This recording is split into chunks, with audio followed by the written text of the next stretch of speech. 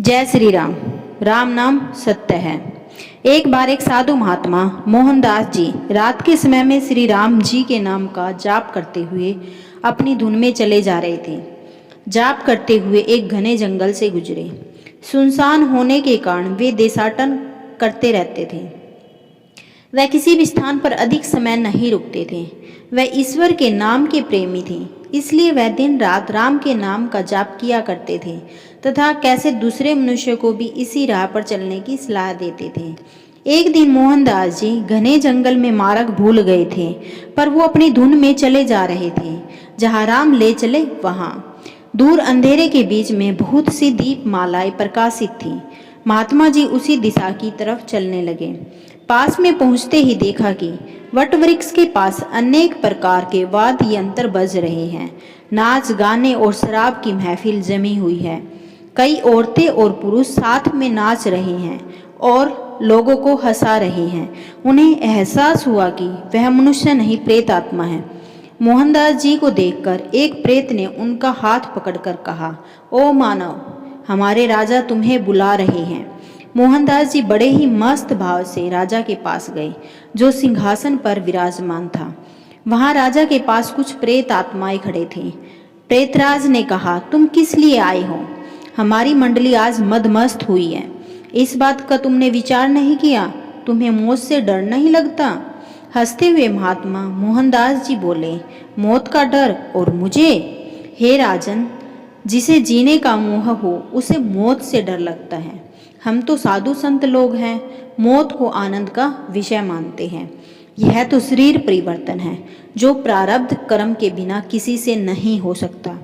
प्रेतराज बोला, तुम जानते हो कि मैं हम कौन है? महात्मा जी बोले, मैं अनुमान लगाता हूँ कि आप प्रेत आत्मा हो।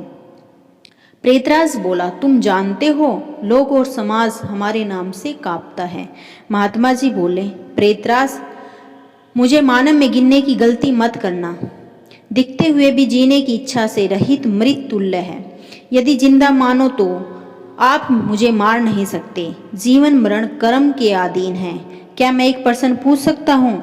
महात्मा की निर्भयता को देखकर प्रेतों के राजा को आश्चर्य हुआ कि प्रेत के नाम सुनते ही मर जाने वाले मानव में एक बिना डरे बात कर रहा है। सच में ऐसे मानव से बात करने में कोई हरकत नहीं। प्रेतराज बोला, पूछो क्या प्रश्न है? महात्मा जी बोले, प्रेतराज से आज यहाँ आनंद का उत्सव क्यों मनाया जा रहा है? प्रेतराज बोला, मेरी इकलौती कन्या, उनको योग्य पति ना मिलने के कारण अब तक कुंवारी बैठी है, लेकिन अब योग्य दामाद मिलने की संभावना है। कल उसकी शादी है, इसीलिए यह उत्सव मनाया जा रहा है। महात्मा हंसकर बोले, तुम्हारे होने वाले जमाई कहाँ है? मैं उसे देखना चाहता हूँ। प्रेतराज बोला, जीने की इच्छा के मोह को त्याग करने वाले महात्मा, अभी तो वह हमारे प्रेत योनि को प्राप्त नहीं हुआ है। वह इस जंगल के किनारे एक गांव के धनवान का पुत्र है। दुराचारी होने के कारण वह एक भयानक बीमारी से पीड़ित है। कल शाम होने से पहले उसकी मौत होगी, फिर उसकी शादी मेरी पुत्री से होगी। इसलिए रात भर गीत नृत्य और मदिरा पान करके हम आनंद का उत्सव मनाएंगे। मोहनदास जी वहां से विदा होकर श्री राम नाम का जाप करते हुए जंगल के किनारे बसे गांव पहुंचे।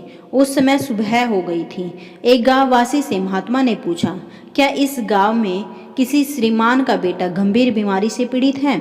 ग्रामीण ने बोला, हाँ महाराज, सेठ का बेटा मूलचंद 1 वर्ष से रोग से पीड़ित है। बहुत उपचार हुआ पर उसका रोग ठीक नहीं हुआ। महात्मा बोले, क्या वह जैन धर्म मानते हैं? ग्रामीण बोला, उनके पूर्वजन जैन थे, किंतु भाटियों के साथ व्यापार करते हुए अब वह वैष्णव हुए हैं। महाराज धनराज सेठ के घर पहुंचे। वहां पर मूलचंद की हालत गंभीर थी। उसकी अंतिम घड़ी चल रही थी। फिर भी महात्मा को देखकर माता पिता को आशा की किरण दिखी। उन्होंने महात्मा का स्वागत किया। सेठ के पुत्र के पलंग के पास आकर महात्मा राम नाम की माला जपने लगे। दोपहर होते होते लोगों का आना जाना बढ़ने लगा। महात्मा बोले, क्यों मूलचंद, अब तो ठीक हो? मूलचंद ने अपने सामने एक प्रतापी संत को देखा और रो पड़ा और बोला, बाबा जी, आप मेरा अंत सुधारने के लिए पधारे हैं। मैंने बहुत पाप किए हैं, भगवान के दरबार में क्या मुंह दिखाऊंगा? फिर भी आप जैसे महात्मा के दर्शन हुए, यह मेरे लिए शुभ संकेत है। इतना बोलते हुए उसकी सांस फूलने लगती है। वह खांसने लगा। बेटा निराश ना हो, भगवान राम पतित पावन है। तेरी यह अंतिम घड़ी है। अब काल से डरने का कोई कारण नहीं है। खूब शांति के साथ मन को शांत करके तमाम वेग को रोककर श्री राम नाम के जाप में मन को लगा दो और राम नाम के जाप में लग जा। दिन ढलते ही मूलचंद की बीमारी बढ़ने लगी।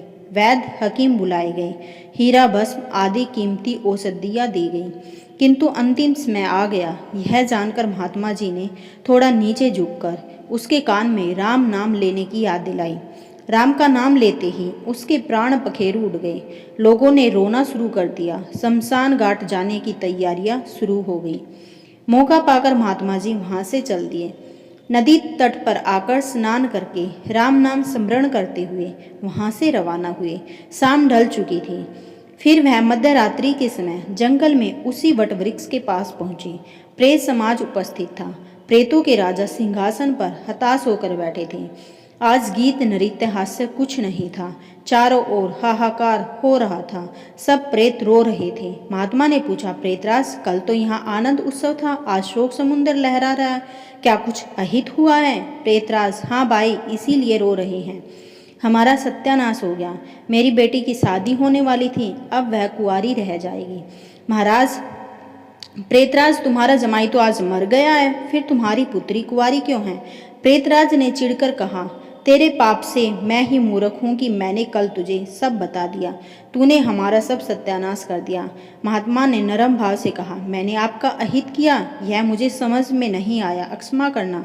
मुझे मेरी भूल को बताने का कष्ट करो तो मैं दोबारा नहीं करूँगा। प्रेतराज ने दुखी मन से कहा, यहाँ से जाकर तूने मरने वाले को नाम सिमरन का मार्ग बताया और अंत समय में भी राम नाम कहलवाया। इससे उसका उद्धार हो गया और मेरी पुत्री कुंवारी रह गई। महात्मा जी, क्या सिर्फ एक बार नाम जप लेने से वह प्रेत योनि से छूट गया? आप सच कहते हो? प्रेतराज बोला, हाँ मानव, जो मनुष्य राम नाम जप करता है वह राम नाम जप के प्रताप से कभी हमारी योनि को प्राप्त नहीं होता। भगवान राम नाम जप में बहुत शक्ति है। प्रेत के द्वार राम नाम का यह प्रताप सुनकर महात्मा जी प्रेम आंसू बहाते हुए भाव से समाधि में लीन हो गए।